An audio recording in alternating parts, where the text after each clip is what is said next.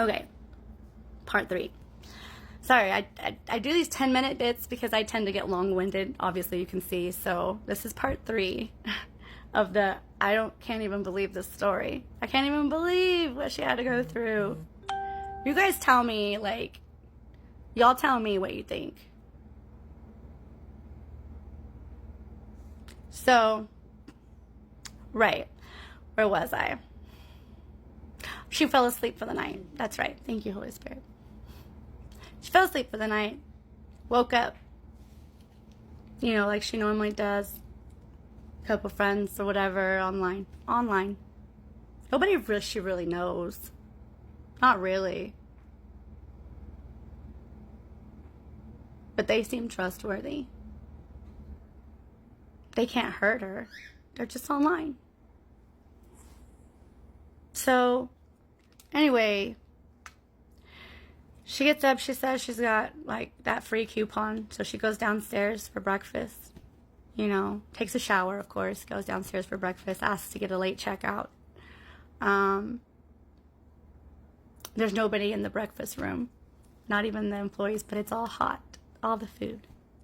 She's got a coupon, so she's like, I'm just gonna go ahead and la la la, la la la, I'm just gonna eat, why not? So she's like, Holy Spirit, let's go eat. What am I going to eat? And she's just so thankful. Thank you, thank you, thank you. I feel so much better. The joy comes in the morning, right? His joy comes in the morning. That's just all she kept thinking. So, makes her a fresh plate of fruit, sits it down on the table, notices on the beautiful TV that it's got animals on it, God's wonderful nature, cheetahs, and talks about the bees. She loves to learn about I love to learn about the bees too. I love to learn about the bees. Sits down to pray over her food like she always does. It's usually just real quick, short. Thank you for this food. Sanctify it. Bless it to the nourishment of my body. Bless the hands prepared for it. That kind of thing. Real quick. Because God doesn't like long-winded prayers, you see. No. Unless it's the laying of the hands, or there's a sermon and preaching to tongues or whatever. Really, God's short and sweet, bro. Say what you need and then believe it's yours. Right? Believe to receive. So, where was I?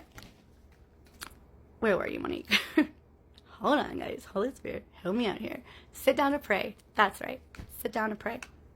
So, she sits down to pray, her quick little prayer, and then she said, all of a sudden, Holy Spirit spoke to me.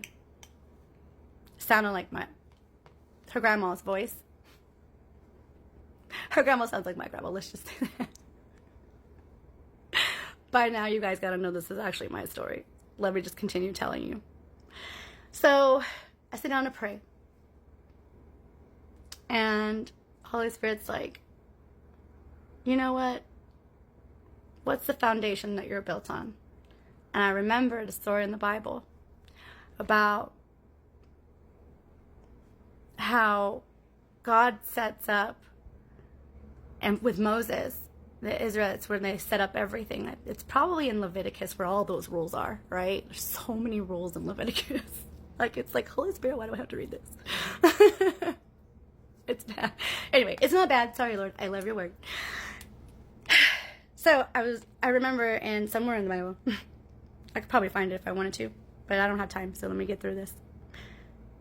Somewhere in the Bible, there's a story that I remember reading several times, but then there's scriptures setting up God's kingdom to where, he says, actually, it might have been in the New Testament even later on, where it's if you have a quarrel with your brother or, your neighbor, to handle it between each other.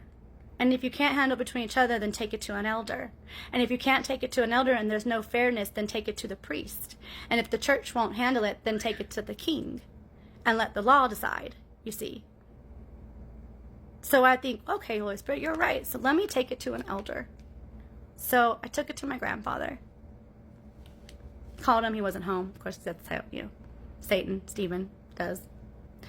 Somebody called him Stephen once, and I'm just in love with that because I don't like calling him Satan. I don't like to give him that much glory.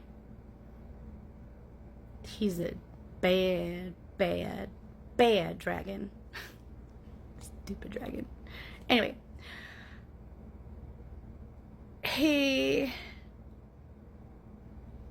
calls her back.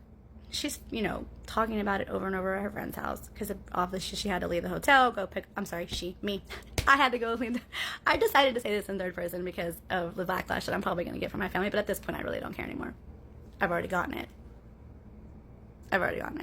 Can't get worse than what they've already said and did. Or didn't do. So anyway, I had to leave. I went to a friend's house. That's where my son was. Josiah, because my older son's in New York visiting his sister right now. And I get there and I'm just talking over. My grandfather is a decent man. He's a good man. He's got to believe me. And my friend reminds me, well, my kid was on the phone. They heard everything. They were like, F Chad, F da-da-da-da, right? F him, this and that, my brother's name. And the boys could testify to that because they started telling me later they're so silly, they're cute, they're sweet. Kids can be really sweet and fair, and justice is something that they are born and inherited to have. All kids understand justice, you see. It's adults that forget what it is. So, yeah, I couldn't believe what was going on.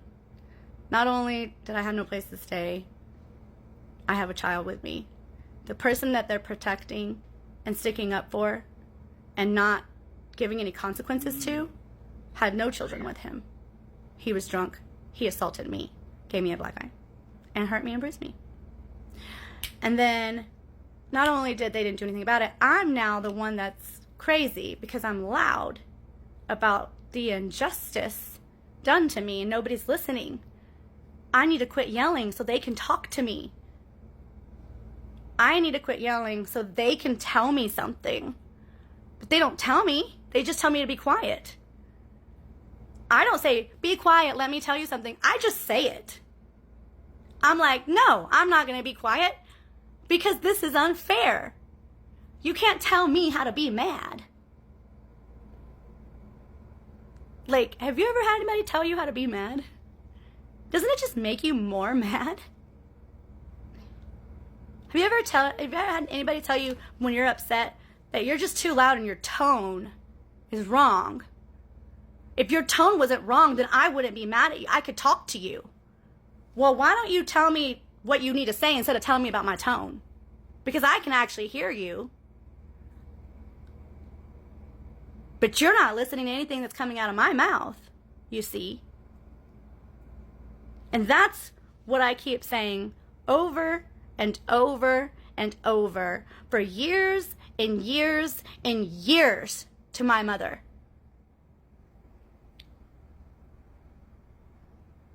I guess the problem was I never said it to anybody else besides maybe my ex-husband, soon to be ex, hopefully, when he gives me this freaking divorce instead of lagging on.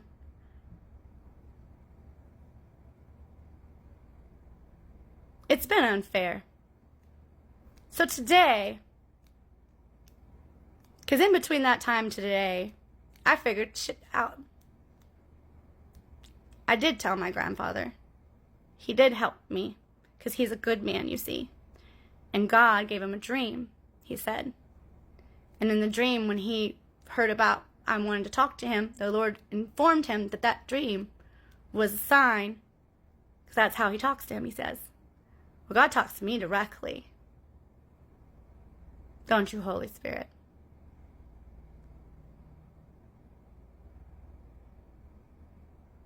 So my grandfather does help me financially, finally. Because you see, nobody's ever helped me before. I've always had to figure it out. I've always had to just get another job. Just move on. Just move on. Are you tired of being told just to move on from things? I didn't move on. You know what I did? I turned within and I found myself again. I leaned on God. I surrendered. I surrendered to God. And He is my dad.